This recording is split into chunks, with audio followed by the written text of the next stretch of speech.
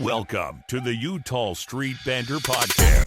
Hey everybody, this is Cody here at the Utah Street Banner, and we just want to say that our thoughts and prayers are with everybody involved with the accident at the Francis Scott Key Bridge, and that we can't wait to rally around Baltimore and everybody that was able to support the rescue efforts for the bridge and celebrate what a great city we have in Baltimore, Maryland.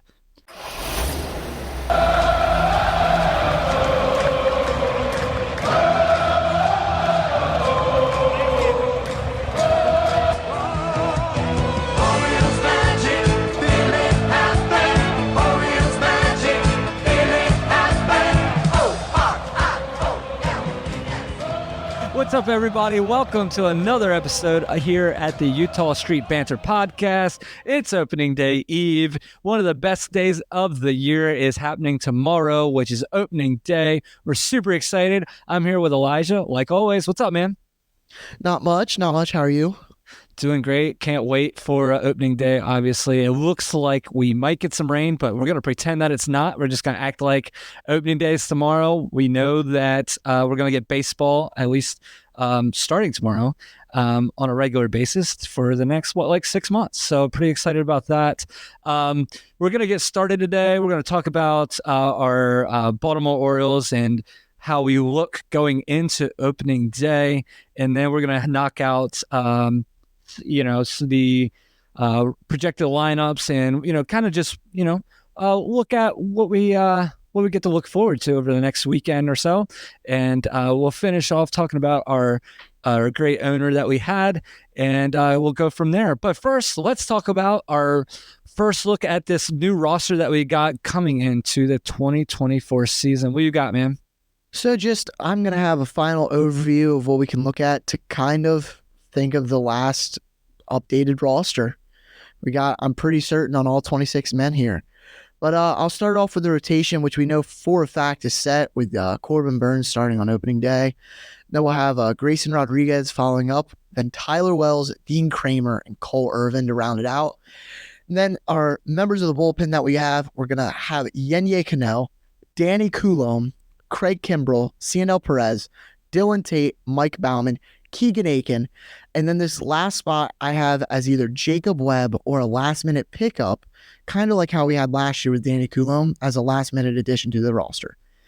But as of right now, all we can say is Jacob Webb because he's the last member that we have in our system currently. Nice. And then moving on to the position player side, we'll have our two catchers, James McCann and Adley Rutschman, our first baseman, Ryan Mountcastle and Ryan O'Hearn. And then the infield will round out with Gunnar Henderson, Jordan Westberg, Jorge Mateo, and Ramon Urias. We'll also have to note that Jorge Mateo is going to be playing quite a bit of outfield this season, I'd have to predict, because we're only going to have four other outfielders in Anthony Santander, Austin Hayes, Cedric Mullins, and Colton Cowser. Then you may be wondering, well, that leaves one more spot, and that's for our recently signed infielder, Tony Kemp. Yeah, I'm a big fan of Tony Kemp, man. Really good. He was a top prospect just a few years ago. Now he's coming from the A's. Man, excited. Great depth piece. Gives you some speed, but gives you great defense. His struggle is at the plate. So we'll see how it goes, Yeah. The one thing I'm interested with him, and I think the reason I would have to assume that we got him, is that in 42 games last year, 50 at-bats, he had a .320 batting average against lefties. And I know we've been looking for a nice bat against lefties because we have quite a bit of lefties on the team. But something that's going to do damage against lefties is going to be very, very needed. Yeah, especially, when you hear with Jackson Holliday, how he sometimes can maybe struggle against lefties when he finally gets called up, that would be somebody that could definitely help out in that situation. Yeah, and I'm assuming that's the reason that Holliday isn't on the roster is because he's struggling with lefties, but obviously it's frustrating that he's going down to the minor leagues and not going to be playing on the Orioles on opening day, but we'll trust in Elias and hope what he's doing is going to be right. Right. And you know what? I will say this. our talent's here, right? I mean, we look really good. We got Gunnar Henderson, we got Adley Rutschman, we got our old souls and Santander, Austin Hayes. So it's not like we don't have Jackson Holiday, so we don't have anything. So it's it's one of those things where I'm sure we'll talk about it a little bit later, but I'm sure we might see Urias or Westbrook over there. So it's still a solid infield.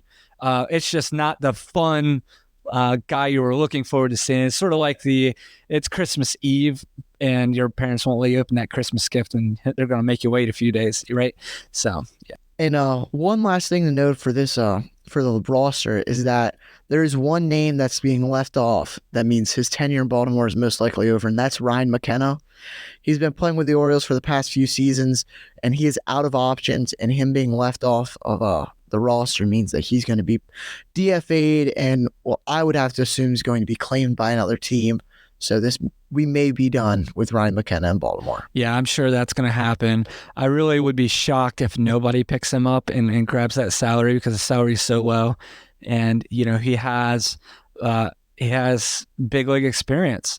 So we'll see how it goes. And just for him, it's a great opportunity for him to maybe go somewhere and get quite a bit more playing time than he was getting in Baltimore. And I think the guy that really is going to struggle with this change is Brandon Hyde, because he really used McKenna late in the innings to help shore up our defense. So, but it is what it is. We have so much talent on the back end. I'm excited to see Colton Cowser. And we'll see how we do. Yeah, no, and like you said, I think with the loss of the defensive replacement like McKenna, I think that's where Mateo's going to come in, and I think he's going to be playing, like I said, a lot more outfield, specifically maybe towards the later inning of games. Maybe you have Cowser out in center field, and his defense just isn't quite where you want it to be. You put in Mateo out there for the 8th and 9th inning just to take over and solidify that defense in a crucial spot in the outfield. Absolutely. And then I have here some final, I call them predictions, statements, whatever you like to call them, about this roster, just to kind of make sure everyone knows where at least I think the Orioles stand and most likely where the Orioles stand. And my first one here is about Ramon Urias, and I just want it to be known that he isn't blocking anybody. He's not the reason someone's not going to make this roster, right? He's playing Gold Glove caliber defense, and he's got a decent bat with sometimes he's got some pop, but I think he's only going to be here until Coby Mayo is ready. I think Coby Mayo is the Ramon Urias replacement and will be better than him, but I think we have to wait for Coby Mayo to be ready, which may be by the end of the season. That's what I think it's going to be, but it also may not be till next season. Yeah, I agree. I don't think that's a bad move either. I'm a big Coby Mayo proponent, but yeah, it's hard to put him in and just throw Urias what he can do for the team out immediately. So I think the best case scenario is Urias comes out hot, and then maybe that'd be a good trade piece by the mid part of the season. Yeah, that's definitely what I think could be a possibility. But another thing I see happening with this roster is that our bullpen is definitely not as strong as last year, including the lower level guys such as like Mike Baumann, Keegan Aiken, Jacob Webb. And I could see with these three guys, 2-3 of them, I could see them almost being a constant shuttle between the Tide and Baltimore, because even though they have a lack of options, if you're not performing on a caliber team like the Orioles, you're not going to be able to stay. We need guys that are going to be able to come in day in, day out and give quality innings out of the bullpen. Even if it's a mid-release spot, low leverage, we still need runs not giving up. And if that means that Nick Vespe's coming up every other week and we have to option Mike Baumann or something, I think that's what will happen. Yeah, I agree. And I think we've seen that the past few years. So I think even the Norfolk Tides bullpen and pitching rotation, they're used to this by now. We've been doing this for the past 2-3 years, and it seems to work. It seems to keep people fresh. So we'll see. But I don't think that's a shock. That it might be a shock to like some fans, but if you followed the Orioles quite a bit, you're used to that bandwagon of pitchers just coming and going, and they're just using their service time up. And then another thing I have here is that Heston Kjerstad and Jackson Holiday are, in my opinion, the only two people that will be coming up to the majors anytime soon. And I don't know if you agree with me, but I just think it's because they are really the truly only two major league ready talent that we have. And the Tide, position player wise, that's going to be an impact at Baltimore. Yeah, no, I agree. My unpopular take is I bet you Heston Kjerstad comes up first. Yeah. So that's what I think. He has more experience right now. The Orioles cannot bring up Jackson Holliday immediately at the deadline of for the service time thing, because that will really make people wonder about service time manipulation. So I bet you're not going to see Jackson Holliday until mid-May, in my opinion. Which maybe I'm wrong. Hopefully I'm wrong, but Heston Kjerstad, I mean, he's been there. People knows what he can do. Colton Cowser better have his bat ready, because there's a guy sitting in AAA ready to take your spot. And then if there's any injury at all, I would expect Kjerstad to come in and take the spot, unless it's like a middle infielder injury. Then that would kind of press the hand for Jackson. But I mean, if you're talking first, left, center, right, then it would probably most likely be Heston Kjerstad. Yeah, and that's kind of like, I see these two being the first men up, especially unless, like you said, if a catcher or a center fielder gets hurt. Because if it's a shortstop, second baseman, third baseman, Holliday has to come up. You can't tell me that if we have Tyler Nevin still, or whoever else we have in the minors, is going to be better than Holliday on the major league team. And say a Ryan O'Hearn or a Ryan Mountcastle gets hurt, or Anthony Santander, Kjerstad is immediately getting called up because he will have big time impact with his bat. Absolutely. And that's why I said in our Safer Out episode that if something happens and say O'Hearn, his value goes down and his production goes down, I think he's gone and Kjerstad is here. I agree. And so I have a question here for you too to end this little segment up. So do you think Anthony Santander will be traded before the end of the season? No, I don't. I think, I'll be honest, in my opinion, if there's any guy we sign, it's him. I think the Orioles would choose him over Austin Hayes. This is all a hunch, by the way. I don't have that's just my opinion. He's probably going to be more expensive than Austin Hayes. But I think I would be shocked if we traded him. I really would. If you're trying to make a run at a playoffs, it's hard to trade your power bat in your lineup and, just a solid figure. I think if you were the Orioles of 2021 or 2019, I think he's traded, but I don't think 2024 Orioles trade. I don't think we're selling anything. Yeah. That's my opinion. I definitely agree. I think what would make everybody come to ease of mind is if, say, he's signed a contract a couple months into the season before the deadline, maybe. But this is kind of where I'm sitting. If we don't have a contract signed by the All-Star break, by the trade deadline, and say Cowser's killing it, Kjerstad's up to replace somebody, he's doing amazing. And say even Mayo's come up and replaced an Urias or someone else, and if he's producing enough, I don't see how they could keep Santander here, because as much as I love him, Tony Two Bags, forever, Tony Taters will always be welcome in Baltimore, but I just don't see how you could sit here and say that he's going to be better in 1 or 2 seasons than a Kjerstad or Cowser, and that's nothing against him. I love him.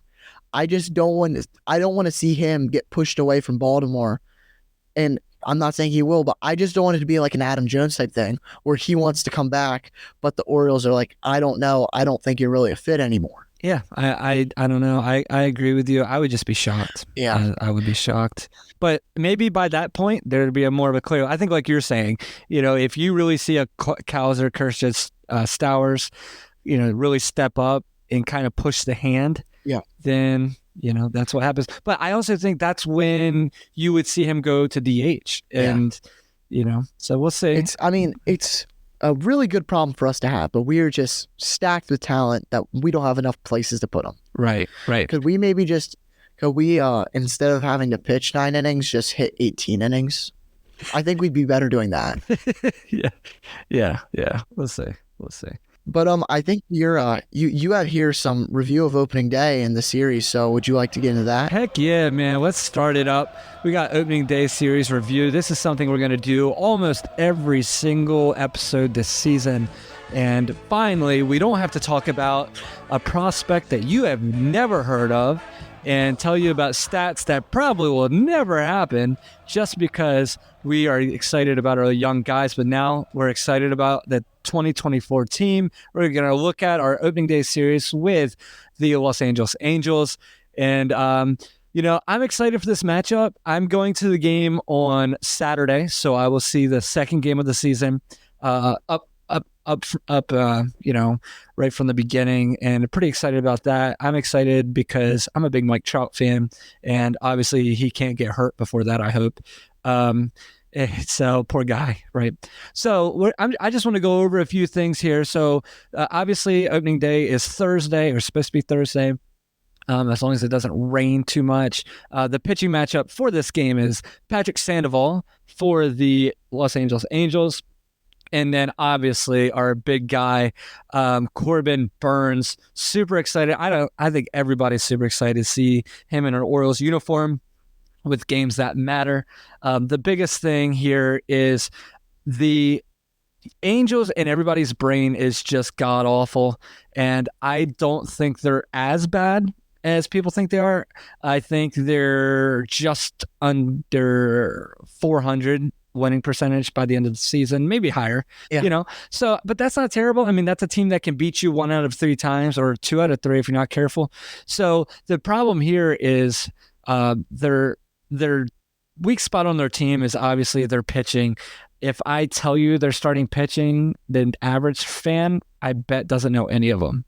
I mean, I know they're ace, but I'd say the average fan. So we're going to be facing, in game 1, we're going to be facing Patrick Sandoval. That's their ace of their team. So we'll see how it goes. He had a rough spring. He gave up 12 runs in 11 innings. He went 7-13 last season. So we'll kind of see how it goes. And he had a 4.11 ERA. So, so we really just got to make sure we hammer out runs against him. Yeah, no, I don't even think I think he's a very good pitcher. And say he's on the Orioles, he's definitely not our 5th starter. I think I'd put him over like a Cole Irvin or Dean Kramer, but obviously not an ace such as Corbin Burnes. But I think he's going to be okay. He's not going to be great. What I'm really looking forward to is their bullpen, which is atrocious, and we should be able to tear it up, is what I'm assuming. Plus, really, we're getting unlucky because I know their first 3 starters, but I could not tell you who's going to pitch any other game of baseball for them other than those 3. And like we know, everyone knows certain players on their offense. Like you mentioned Mike Trout. Anthony Rendon's not been playing a lot, but when he's healthy, he can still be dangerous. Taylor Ward had a really breakout season 2 years ago. Brandon Drury's just been consistent year in and year out. And they even have some rookies and young guys like Nolan Shanuel and Zach Neto. And I think their offense is going to be much, much better than their pitching. But it's going to be very underrated. And I just don't think we can go in thinking that they're going to be like the A's or a Rockies or something. They're going to be good. Like they're going to be competitive. Yeah, and one guy that we're probably going to see on that team that looked great in that Orioles uniform last year is Aaron Hicks. So he's going to come back to Camden Yards. Hopefully, people give him some love because he did really well for the O's last season. Great pickup by our front office there. But like I said, you look at their lineup and they're not bad. You got Anthony Rendon, Aaron Hicks, Mike Trout, right? Taylor Ward, who's a stud. He had an injury plague last year. Brandon Drury, yeah, he's just, like you said, consistent. Then the Nolan Chanel guy, I'm not saying his last name right. But like I said, and Logan O'Hoppe, stud catcher. Mickey Moniak, just a great baseball name.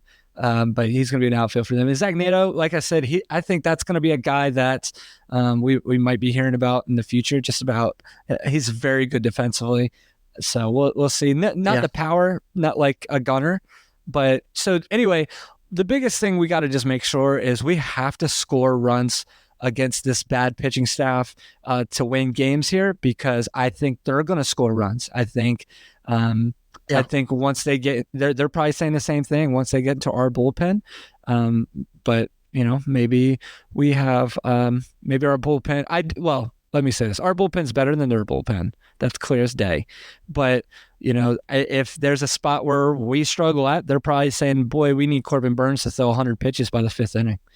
So that's kind of the biggest thing. Yeah. Let's jump to game 2. That's on Saturday. That's going to be Griffin Canning versus Grayson Rodriguez. This is probably one of my, for me personally, I'm super excited for this game. I want Grayson to come out on fire so that a huge crowd at Camden Yards can make him feel better than the huge crowd at Camden Yards made him feel in the playoffs, because that was rough.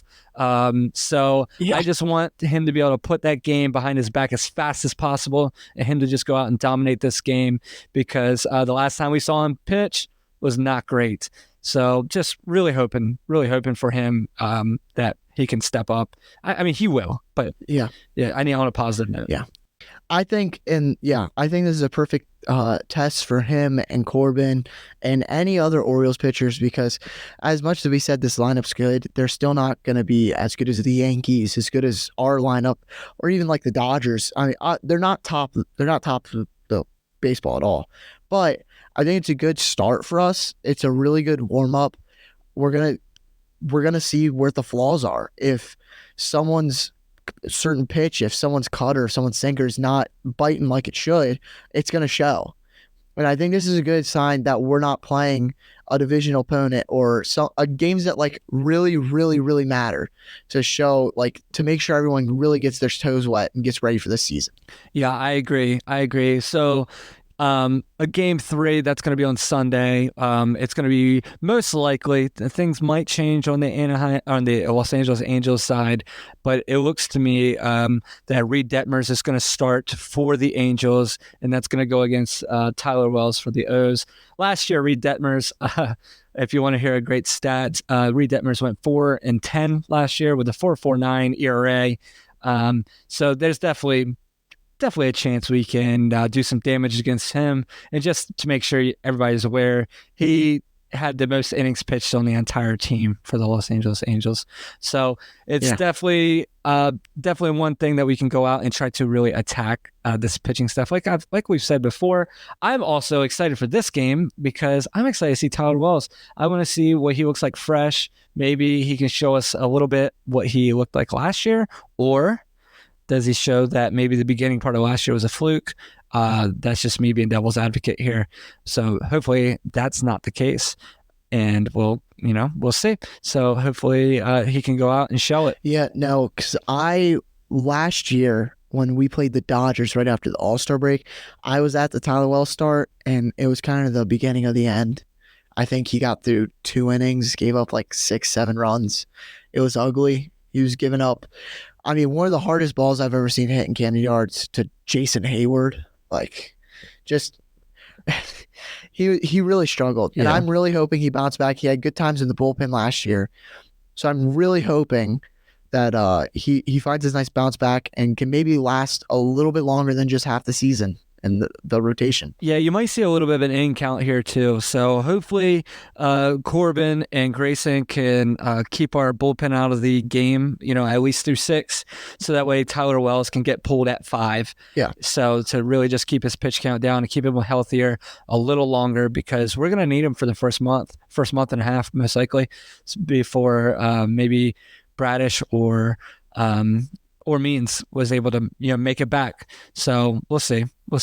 So yeah, and then like I said, I'm just excited to see our roster as a whole get started here against the Angels, kind of get moving, and I'm going to do my best to not panic on any negative thing, as a true Orioles fan. And just some final things to take into mind as we're getting into this series is that if you see Jorge Mateo starting all 3 games at second base or shortstop or center field, don't be surprised. I think he's going to play a lot. I know we didn't mention it, but Patrick Sandoval, Griffin Canning, and Reed Detmers, all 3 of those are lefties. And the one thing the Orioles do not lack is lefty hitters. So you're going to see a lot of Jorge Mateo. And another thing is, don't be concerned when Gunnar Henderson isn't batting first or second. Because if he's batting, say, fifth, it's because, yet again, he's struggled against lefties throughout his career. And that's another thing that you'll see is Tony Kemp. I think Tony Kemp starts at least one game this series. It may be more, but at least one game. And it'll probably be at second base if I had to guess. But yet again, just because he's good against lefties, and our lineup is not great against lefties. Yeah, I agree. I'm excited to see it because I'm interested to see some moves that are being made. I'm hoping to be able to, see some of our young guys. I'm especially trying to see Colton Cowser, see what he can do, and if he can keep the amazing spring that he just had. See if he can, keep adding on to that. And then let's talk about real quick, because next week we're going to be on here in the middle of a series, hopefully. So next week on Monday, we will have the Kansas City Royals come to Baltimore. That'll be on the 1st, 2nd, and 3rd before we go to Pittsburgh. But we'll talk about Pittsburgh next week. We don't have to talk about that today. But just like I said, on Monday and Tuesday, we'll have the Royals before we see you most likely on Tuesday or Wednesday on our next podcast. So really excited. Hopefully next time we get to talk, we're still in great spirits. And we'll kind of go from there. We did have some sad news this week. And as a human being, I want to be clear before we get started, is that I refuse to show any positivity over the passing of Peter Angelos. I feel like that's disrespectful. So I am going to be, Elijah will be too, in the utmost, respectful way possible, because baseball is just a game. Who gives a crap? It just makes us feel good and makes us spend money. But somebody lost a parent, you know what I mean? So a parent, father, so let's make sure we are realistic about that, and baseball will always be secondary to that, or if not even further down than that. But I'm going to let you take the lead here, Elijah, because you have quite a bit of information on this. Yeah, and like you said, just to reiterate it, just going on social media and seeing people celebrating someone dying, no matter who it was, is just terrible to see. Certain Orioles fans need to probably rethink their lives if they're happy because someone died. And even though he wasn't the best owner, Peter definitely I wouldn't have called the best owner ever, but I kind of went through and picked some of the better moments of his career as Orioles owner and just kind of thought his life to see what type of person he was, not even owner. And it kind of surprised me. So Angelos, he bought the Orioles in 1993 for $173 million, which surprisingly was the most expensive sale of a sports team in history at the time. And just to keep in mind, the Orioles just got bought for, I was pretty sure, $1.7 billion. So return on investment is huge there. Huge. But so the one thing that really stood out is that Angelos, he was a labor law guy his whole career, made a lot of his money through asbestos cases, and he fought for the people of Baltimore. He fought for people. It made him rich, but he was not on any corporate side. He was really a lawyer of the people, and I almost like to say that he's an owner of the players, because so he took over in 1993, and for those of you familiar with baseball history, there was not much baseball being played in 1994 and the offseason of 1995 because of the strike.